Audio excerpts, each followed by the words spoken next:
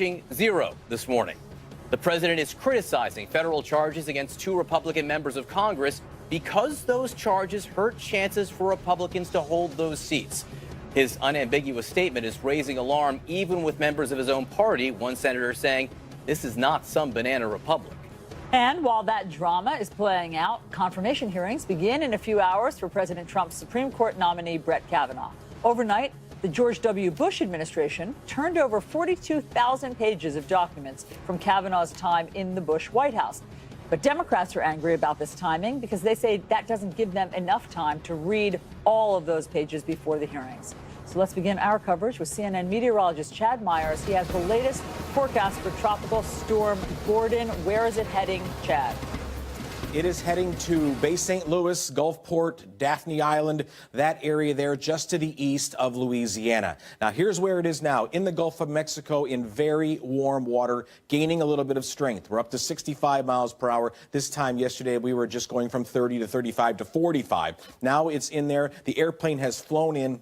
It'll be making landfall tonight somewhere between 10 o'clock and midnight, very close to Bay St. Louis. Now, don't focus on the middle of the eye. The effect will be a storm surge effect all the way from parts of Mobile Bay, all the way through Gulfport in Biloxi, and all the way to the west of there, all the way even into parts of Louisiana right there at the Pearl River. That's where the most surge will be, 3 to 5 feet.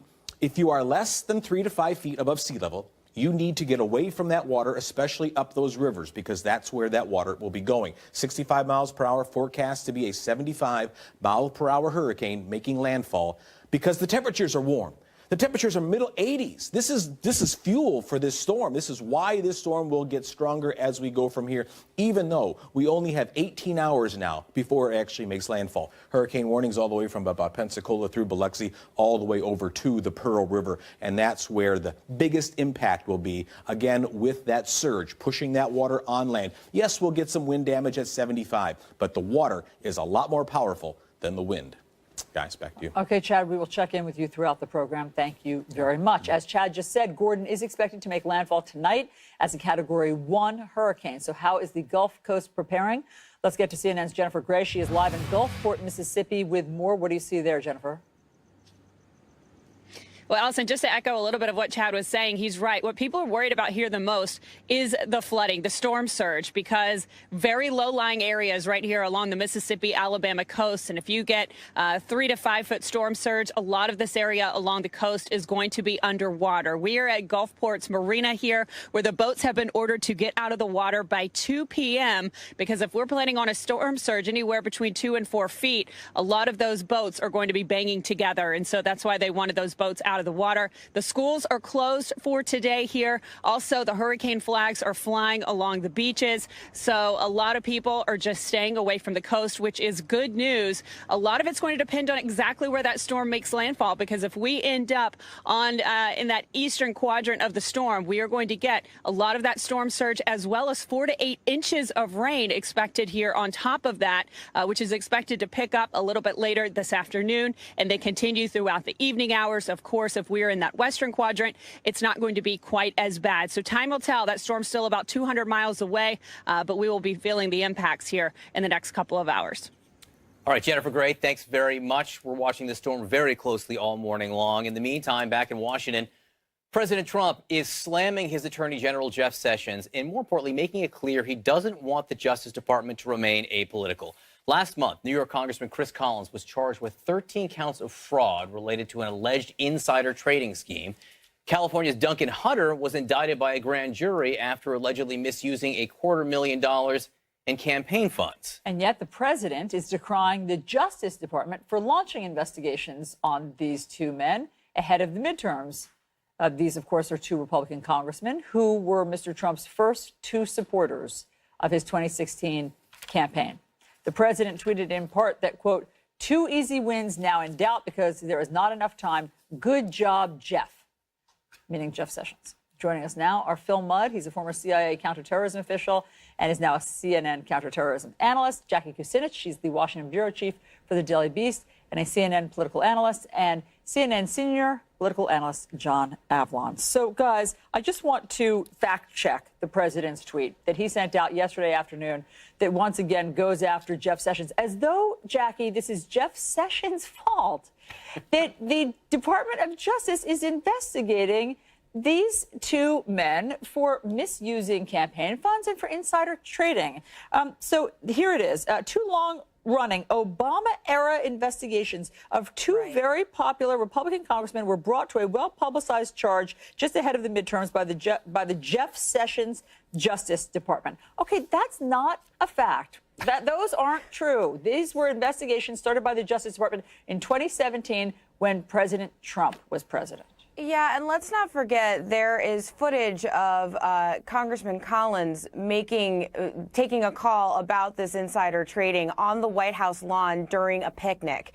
So there's so much to unpack here. But let's also not forget another person in the Trump orbit, Paul Manafort. When he was convicted, the president said that was unfair. So this is longstanding. This has as much to do with Jeff Sessions as it does with the president's own view that the Justice Department is there to protect him and apparently his political supporters, and that's just not how it works. Senator Menendez is someone who was indicted during Obama's tenure as president, and we can go back and back and back with other lawmakers who were behaving badly. That's just I can't say it enough how this is not the function of the Justice Department.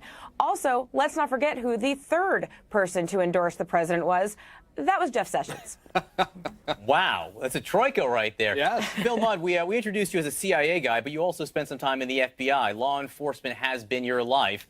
As a law enforcement guy, how do you feel about how the president set this up, that prosecution shouldn't happen to his political supporters? Well, I think the president, when you look at what he's done in the year and a half he's been in office, has used executive power a lot, for example, overseas in his decisions to meet with the Russians, to meet with the North Koreans. He's realizing the limitations of executive power. As someone who sat there at the Department of Justice under that at the FBI, anybody in the investigation is saying you can't do anything about this, Mr. President. Executive power doesn't authorize you to interfere with an investigation. There is one laughable part of this, John, and that is, let's imagine that Jeff Sessions, when he saw those cases come to him via prosecutors, said, I want to interfere and shut down those investigations. Can you imagine what would have happened then? Number one, it would have leaked and the Congress would have gone nuts. And number two, the Inspector General of the Department of Justice would have said, I'm going to investigate you as I did James Comey, and you're going to get crushed, Jeff Sessions. Sessions couldn't have stopped this, I don't think, if he'd wanted to. Hey, John, here's what Ben Sass, senator from Nebraska, said about this. The United States is not some banana republic with a two-tiered system of justice, one for the majority party and one for the minority party. These two men have been charged with crimes because of evidence, not because of who the president was when the investigations began. Instead of commenting on ongoing investigations and prosecutions, the job of the president of the United States is to defend the Constitution and protect the impartial administration of justice. Yeah, let's not lose sight of the fact that we've got a Republican senator giving a remedial version of what the Justice Department is supposed to do in the United States of America to the president. We are not a banana republic. We don't have a two-tiered system of justice. That this has urgency and edge to it is itself stunning. But the president does seem to have a vision of the Justice Department that's Nixon era without understanding what happened at the end of Watergate, that you can use vehicles of executive power to attack enemies.